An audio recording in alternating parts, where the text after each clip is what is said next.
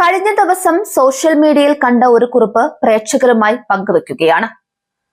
പള്ളിപ്പൊതുയോഗങ്ങളിലെ കുഴിത്തുരുമ്പുകൾ, അധികാരമോഹവും ആത്മീയ തകർച്ചയും എന്ന തലക്കെട്ടിൽ മാത്തപ്പൻ പങ്കുവച്ച കുറിപ്പാണ്.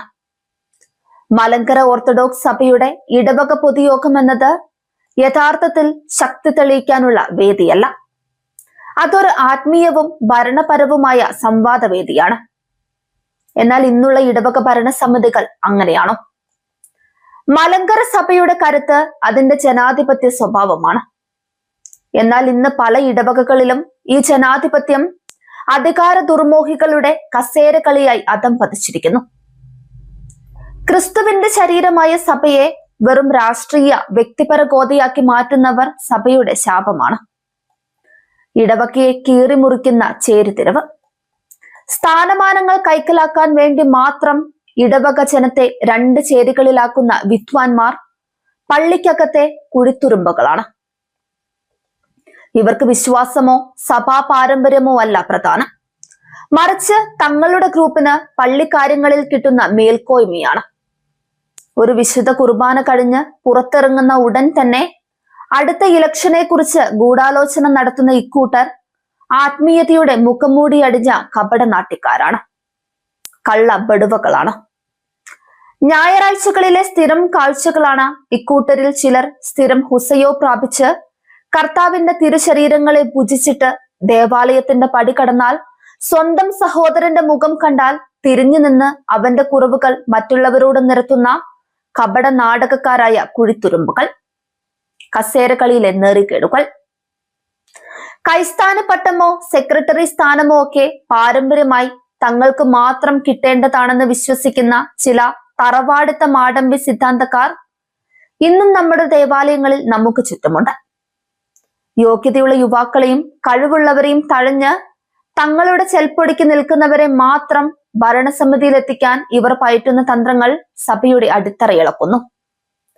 ദേവാലയത്തിന്റെ സമാധാന അന്തരീക്ഷത്തിന് ഇവരെന്നും പ്രശ്നക്കാർ തന്നെയെന്ന് നിസ്സംശയം പറയേണ്ടി വരും.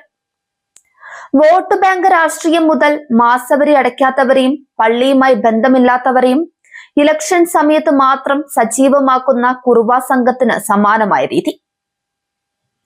സ്വഭാവഹത്യ മുതൽ എതിർപക്ഷത്തുള്ളവരെ വ്യക്തിപരമായി തിരഞ്ഞു പിടിച്ച് അധിക്ഷേപിച്ചും കള്ളക്കഥകൾ പ്രചരിപ്പിച്ചും പുകച്ചു പുറത്താക്കുന്ന ശൈലി. സഭാ ഭരണഘടനയെ ആയുധമാക്കുന്നവർ. 1934 സഭാ ഭരണഘടന സഭയുടെ കെട്ടുറപ്പിനാണ്. എന്നാൽ ചില നിയമവിശാരദന്മാർ ഭരണഘടനയിലെ പഴുതുകൾ നോക്കി സ്വന്തം സ്വാർത്ഥതയ്ക്ക് വേണ്ടി മാത്രം വാദിക്കുകയും സമാധാനമുള്ള ഇടവകകളെ കോടതി വരാന്തകളിൽ വരെ എത്തിക്കാൻ ശ്രമിക്കുകയും ചെയ്യുന്നു. സഭയിലെ വിശ്വാസികളുടെ പണം വക്കീലിന് നൽകി തീർക്കുന്ന ഇത്തരം കുഴിത്തുരുമ്പുകൾ പള്ളിയുടെ ആസ്തിയല്ല, മറിച്ച് ബാധ്യതയാണ്.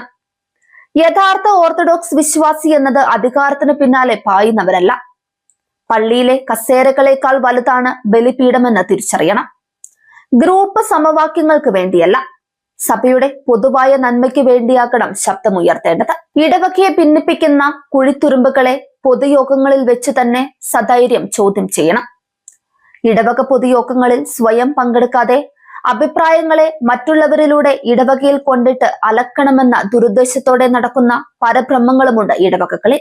കരയ്ക്കിരുന്ന് കൺട്രാക്കുവിടാൻ ആർക്കും സാധിക്കും. ഉത്തരവാദിത്തങ്ങൾ ഏറ്റെടുക്കാൻ വിറയലും വിങ്ങലുമുള്ള പാഴുകൾ. ഓർക്കുക, പള്ളി എന്നത് രാഷ്ട്രീയ പാർട്ടികളുടെ ഓഫീസോ കുടുംബ പ്രശ്നം പരസ്യമായി കാണിക്കാനുള്ള വേദിയോ അല്ല. പിന്നെയോ അത് പരിശുദ്ധാത്മാവ് വസിക്കുന്ന ദൈവാലയമാണ്. അവിടെ കസേരയ്ക്ക് വേണ്ടി കലഹിക്കുന്നവർ തകർക്കുന്നത് പള്ളിയുടെ മതിലുകളല്ല, വെറും തലമുറയുടെ വിശ്വാസമാണ്. പലരും മൗനം പാലിച്ച് നശിപ്പിക്കുന്നത് തുറന്നെതിർക്കുന്നതിനേക്കാൾ അപകടകരം കൈയടിച്ചു നിൽക്കുന്നവനും തെറ്റിന് കൂട്ടുകച്ചവടക്കാർ തന്നെ.